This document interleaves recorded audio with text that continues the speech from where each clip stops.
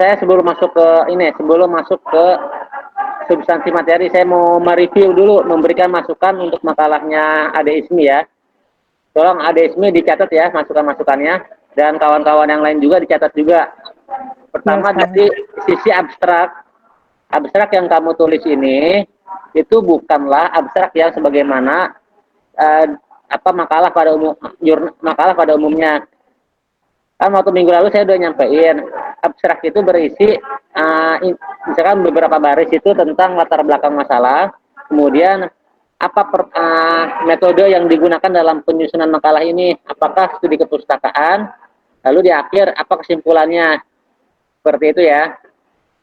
Jadi bukan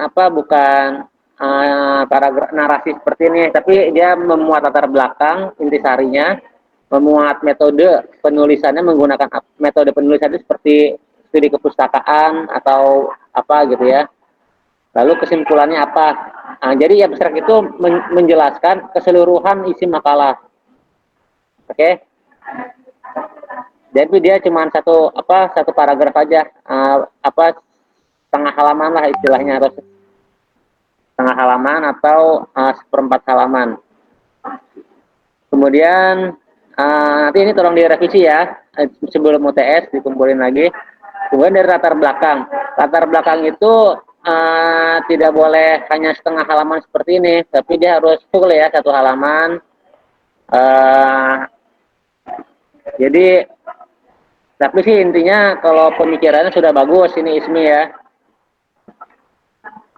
Kemudian dari rumusan masalahnya juga, sama seperti review saya yang minggu lalu, makalah yang pertama yang minggu lalu, itu harus dibuat narasinya dulu. Misalkan dalam makalah ini penulis mengajukan rumusan masalah sebagai berikut. Satu, terusnya ini sudah benar. Kemudian pembahasan. Nah, ini sebenarnya makalahnya Ismi ini kan mirip ya dengan materinya perkuliahan nanti siang, perkuliahan kedua, perkuliahan pengantar hukum Indonesia, dengan pemakalah yang nanti nih tentang pengertian hukum. Ini kan semua dapat copy paste nih ya, hukum dalam bahasa Inggris dan sebagainya. Ini kan ngambil dari ada referensinya nih ya. Nah, oke, tapi kalau bisa bahasanya kita menggunakan bahasa sendiri gitu, bahasa kita sendiri. Cari bahasa-bahasa asing. Kemudian untuk penulisan footnote, ini hurufnya juga harus sama seperti makalah, yaitu Times New Roman ya. Paham kan Ismi ya? Ya, Ustaz. Oke, terus intinya untuk secara umum sudah bagus, ini sudah bagus. Koreksinya cuma sedikit aja tadi ya. Nah, adapun masalah kaidah, apa itu kaidah? Itu kan tadi sudah dijelaskan minggu lalu juga oleh pemakalah pertama ya, Anwar. Nah, jadi nanti tolong dikorelasiin dengan apa namanya?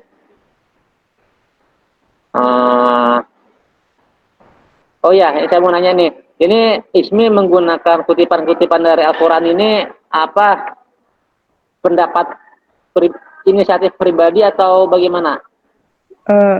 Sebagian saya ambil dari makalah-makalah juga, Ustaz. Kayak buku, bukan makalah sih, buku Ya, jurnal, Ustaz. oke. Nah, jadi kamu ambil contoh-contoh kaidah kepercayaan atau agama ini ngambil apa inisiatif pribadi atau bagaimana? Contoh Enggak, ya. Oke. Ya nggak apa-apa, ini bagus. Ini kekhasannya Persis ya, atau sekolah tinggi Islam. Tapi kalau di sekolah umum, perguruan tinggi umum itu dia nggak menggunakan kutipan-kutipan Al-Quran atau hadis. Tapi untuk di kampus kita itu diperbolehkan. Kemudian begini, saya akan menjelaskan materi mengenai ini kan, sebentar. Pertemuan kita sekarang ini itu kita akan membahas pengertian dan aneka arti hukum, macam-macam kaidah, hubungan kaidah, isu kaidah, dan sifat kaidah. Pertama, kaidah dengan norma itu adalah suatu hal yang bisa dikatakan sama, tetapi dalam secara konsep itu sama, tapi dalam pelaksanaannya atau pengertiannya itu berbeda-beda. Nah, kalau masyarakat umum berpandangan ini mengenai kayak moral, akhlak gitu ya, norma. Tapi sebetulnya bukan itu. Norma itu adalah segala aturan, baik itu hal-hal yang sifatnya abstrak dalam adat, dalam pemikiran, dalam budaya. Itu juga termasuk norma. Kemudian, tapi kalau dalam hukum, dia akan menjadi norma hukum apabila sudah dicantumkan dalam satu perundang-undangan. Nah, kalau kaidah ini dia lebih kepada suatu konsep, bahkan dogma mengenai kalau di Islam itu dia seperti usul fikih ataupun fikih. Nah, kalau dalam hukum seperti ini hukum konvensional itu namanya kaidah. Nah, kaidah ini dia yang menjadi dasar suatu peraturan perundang-undangan atau suatu hukum dibentuk atau diterapkan di suatu wilayah atau di suatu negara. Nah, dan ini kaidah berlaku umum di seluruh dunia itu berlaku. Misalkan kaidah hukum, kaidah hukum misalkan ada yang namanya asas legalitas dalam hukum pidana. Asas legalitas ini mengatakan bahwa tidak boleh seorang dihukum tanpa adanya satu peraturan, gitu. Jadi hanya peraturan hukum yang tertulis saja yang boleh ditegakkan. Itu namanya asas legalitas dalam konteks hukum pidana. Nah, kaidahnya maka tidak boleh semua orang dihukum itu tanpa adanya undang-undang yang jelas, tanpa adanya undang-undang yang tegas, tanpa ada hukum yang mengatur. Nah, jadi kemudian tentang tadi makalahnya Ismi juga menjelaskan mengenai aneka macam atau kaidah ya. Dia ini ngutip dari Suryono Sukanto bukan? Iya, benar, Ustaz. Nah, Suryono Sukanto itu dia memang guru besar hukum di FAUI. Berarti memang pemikirannya itu kategorinya klasik ya. Klasik itu di masa lampau. Nanti kalau bisa ketika menjelaskan kaidah hukum atau kaidah seperti ini, itu dikomparasi juga dengan kaidah-kaidah yang ditulis di masa kontemporer yang sekarang, baik dari dalam ataupun luar negeri, begitu ya. Nah, kalau kaidah dalam menurut Surya Sukanto ini yang mengenai kaidah kepercayaan atau keagamaan, itu yaitu seperangkat norma maupun aturan-aturan yang diyakini oleh suatu masyarakat. Seperti kalau ini kan kepercayaan. Kalau kepercayaan itu ya berarti dia aliran-aliran kepercayaan. Kalau di Indonesia ada Sunda Wiwitan, ada apalagi ya, ada kejawen dan sebagainya. Dan dari setiap kepercayaan itu dia memiliki sistem hukum tersendiri. Begitupun dengan kaidah keagamaan.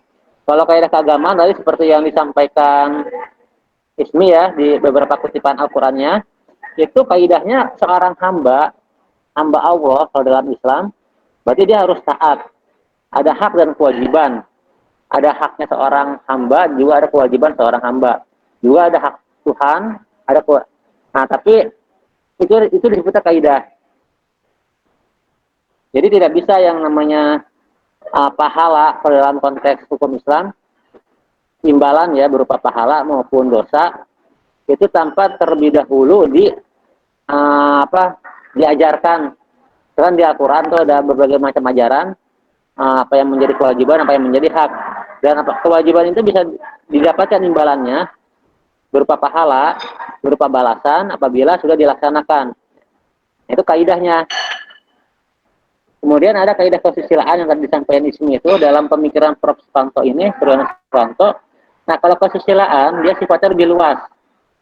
Dia tidak saja menyangkut satu agama, tapi keseluruhan.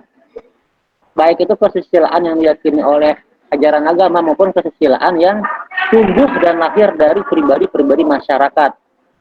Seperti kalau kita di pedesaan melihat orang berciuman di tempat-tempat publik, kan itu kan melanggar kesusilaan di depan umum. Gitu.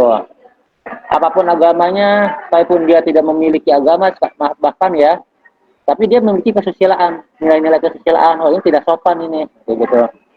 Nah, ini melanggar. Kemudian ada kaidah dengan aspek kehidupan terpribadi, kaidah sopan santun atau adat. Kalau sopan santun atau adat ini kembali lagi kepada masing-masing daerah, adat maupun budaya dan sukunya di berbagai tempat ya, negara luar maupun di dalam Indonesia. Nah, tapi nanti ke depannya kaidah-kaidah ini yang namanya kaidah keagamaan, kaidah kesusilaan, kaidah sopan santun atau adat, dia menjadi sumber inspirasi untuk membentuk suatu kaidah hukum. Ya, kaidah hukum ini nanti akan berbeda dengan kaidah-kaidah yang lain. Karena kaidah hukum itu dia sifatnya universal. Uh, Universal itu apabila banyaknya suatu kaidah di satu negara, tapi kalau itu sudah dituliskan di suatu undang-undang atau peraturan, maka itu menjadi kaidah hukum yang harus ditaati. Nah, tapi kaidah hukum ini tidak berdiri sendiri, dia ditopang oleh berbagai kaidah lainnya, kaidah kesusilaan, kaidah keagamaan, kepercayaan, maupun sopan santun atau adat. Nah, nanti antum semua akan belajar di minggu depan itu mengenai kaidah hukum.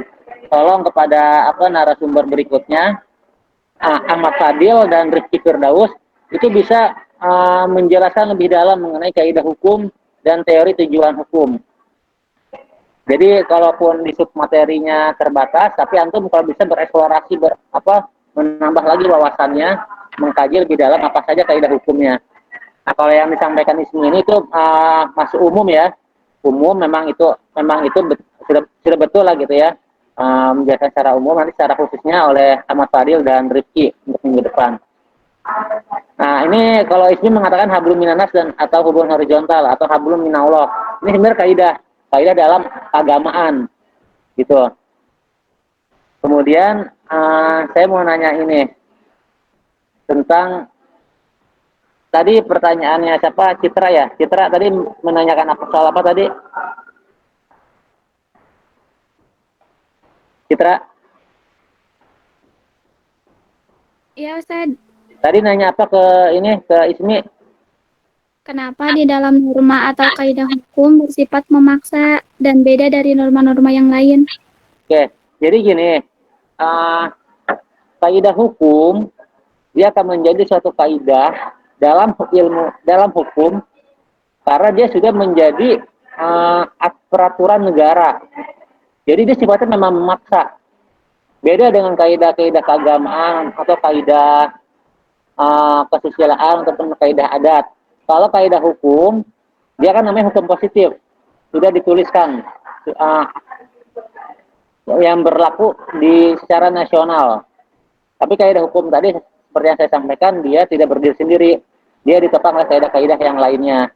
Karena itu sifatnya dia harus memaksa, membuat orang itu harus melaksanakan atau tidak melaksanakan, menjalankan atau tidak menjalankan, atau bahkan membatasi gerakan masyarakat. Itu kaidah hukum.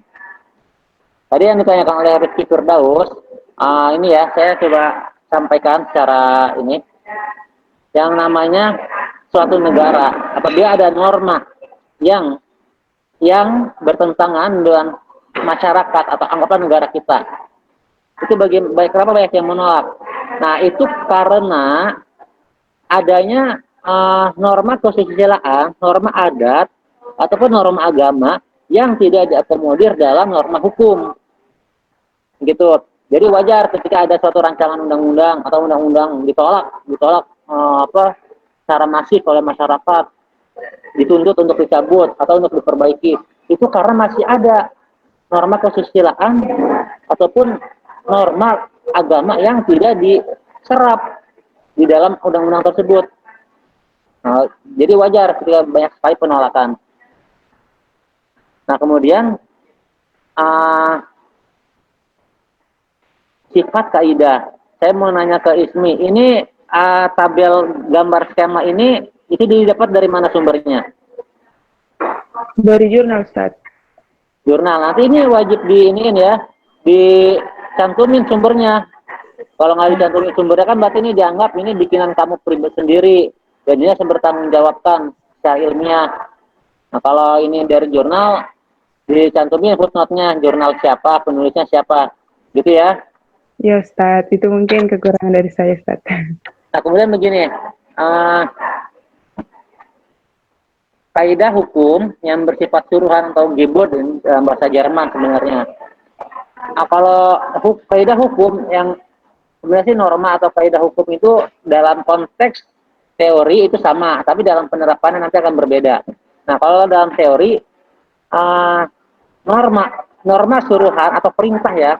Kalau di sini bahasanya suruhan kalau di makalah ini, tapi bahasa hukumnya adalah perintah. Perintah itu dia memiliki konsekuensi sanksi. Apabila tidak dilaksanakan perintahnya, maka dia akan mendapat sanksi.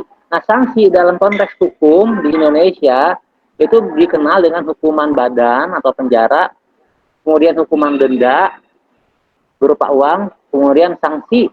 Sanksi ini ada berupa sanksi administratif dan sanksi-sanksi pembatasan lainnya. Begitu. Nah, sama seperti dengan kaidah yang berisi larangan, verbon. Larangan itu berarti seseorang dilarang untuk melakukan sesuatu hal. Nah, larangan itu semua dengan atau perintah itu sama, baik itu ada di undang-undang dasar, undang-undang, peraturan presiden, peraturan menteri, peraturan gubernur, peraturan daerah, peraturan bupati wali kota gitu. Seperti Menhub mengeluarkan peraturan larangan mudik. Apabila larangan itu dilanggar, maka dia dikenai sanksi, berbagai macam sanksi ya. Ada sanksi administratif, ada sanksi denda, dan bahkan penjara 1 tahun. Nah, kalau kaidah hukum yang bersih kebolehan, kata Morgan, dia kebolehan itu begini maksudnya. Dia tidak mendapatkan sanksi apabila dilaksanakan maupun tidak dilaksanakan, atau dia tidak mendapatkan penghargaan apapun sekalipun dia dilaksanakan. Jadi itu bentuk ada kebebasan masyarakat dan negara memperbolehkan hal itu, seperti kita memilih kampus yang mana kita kuliah, kita ingin tinggal di mana, terus ingin berbelanja di mana, dan ingin berpergian ke luar negeri kemanapun, itu ada kebolehan dan itu diatur. Nah, hal-hal yang dibolehkan itu kemudian ada pembatasannya dalam konteks administrasi, begitu ya. Nah, tapi sebenarnya sih nanti ada lagi, kalau kita melihat perkembangan pemikiran tentang kaidah hukum itu tidak hanya 3. Kalau Ismi di sini kan mengutip bukunya Purnadi Purbacaraka dan Suryan Sukamto ya, perihal kaidah hukum. Ini saya juga sudah punya bukunya, ini udah lama. Buku aslinya saya tahun ini kan 82, saya punya yang tahun 70. Nah, kalau yang sekarang ini ada yang kaidah hukum pembatasan. Jadi nggak cuma 3, nggak cuma perintah, larangan maupun kebebasan, ada pembatasan, yaitu adalah ada pembatasan kewenangan oleh aparatur negara. Misalkan kewenangan mengadili itu adalah kekuasaannya pengadilan. Terus ada ya pembatasan apa ya bagi masyarakat, apa saja yang boleh dilakukan dan tidak boleh dilakukan dalam konteks berpergian misalnya. Itu ada batasan-batasannya. Jadi ada pembatasan secara kewenangan oleh lembaga negara, ada pembatasan sebagai perilaku. Gitu. Kemudian ada lagi kaidah yang kelima, bukan hanya tidak sampai di pembatasan, tapi adalah kewenangan. Kaidah hukum yang bersifat kewenangan, yaitu seseorang misalkan diperbolehkan melakukan aborsi hanya bagi mereka yang bekerja sebagai dokter dan dalam keadaan tertentu. Apabila maka kewenangan itu terbatas pada profesinya dan itu hanya diatur oleh perundang-undangan. Nah, misalkan aborsi yang dibolehkan itu hanya dalam keadaan tindakan medis, ada indikasi medis. Jadi si ibu ini ketika apabila melahirkan, maka bayinya akan meninggal dan juga ibunya akan meninggal. Maka harus diupayakan tindakan medis berupa aborsi. Dan ini hanya pejabat tertentu yang berwenang. Tidak boleh oleh presiden, tidak boleh oleh wakil, oleh menteri kesehatan sekalipun tidak boleh. Hanya boleh dilakukan oleh dokter yang menangani langsung si pasien. Nah, itulah kaidah hukumnya. Jadi tidak serta-merta ada bidan buka praktek aborsi, wah itu dilarang, melanggar itu, diancam hukuman pidana. Banyak sekali contoh-contoh. Nah, nanti saya minta untuk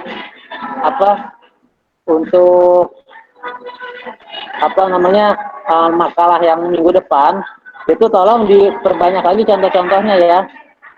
Kan kalaupun sudah ada makalahnya sudah dikumpulin, tapi kalau bisa yang minggu depan ini Ahmad Fadil sama Rifki Firdaus contoh-contoh itu diperkaya lagi dari setiap materinya. Ini mohon maaf saya bersihin ya saya. Ini lagi di luar soalnya. Kemudian ini apa catatan buat Ismi ini buat makalahnya daftar pustaka. Daftar pustaka itu ini kamu menyantumkan buku tapi yang tidak ada di footnote. Nah, ini kan ketahuan salahnya nih. Jadi yang namanya daftar pustaka itu apa yang ada di dalam footnote lalu dipindah ke daftar pustaka gitu. Ini kan kamu mengutip Sudikno, terus R. Susilo, Suryono Sukanto, banyak sekali nih di footnote-nya. Tapi di daftar pustakanya nggak ada. Nah ini salah ya. Oh, jadi di footnote itu Diperbaiki nanti ya. di footnote itu dicantumkan juga di daftar pustaka ya, Ustaz? Oke. Apa? Gimana? Yang ada di footnote itu harus dicantumkan juga di daftar pustaka. Iya, daftar pustaka itu kan buku-buku yang dikutip di dalam makalah. Jurnal, putusan pengadilan, undang-undang yang dikutip di dalam makalah itu ada daftar pustaka. Emangnya yang Ismi pahami daftar pustaka itu apa?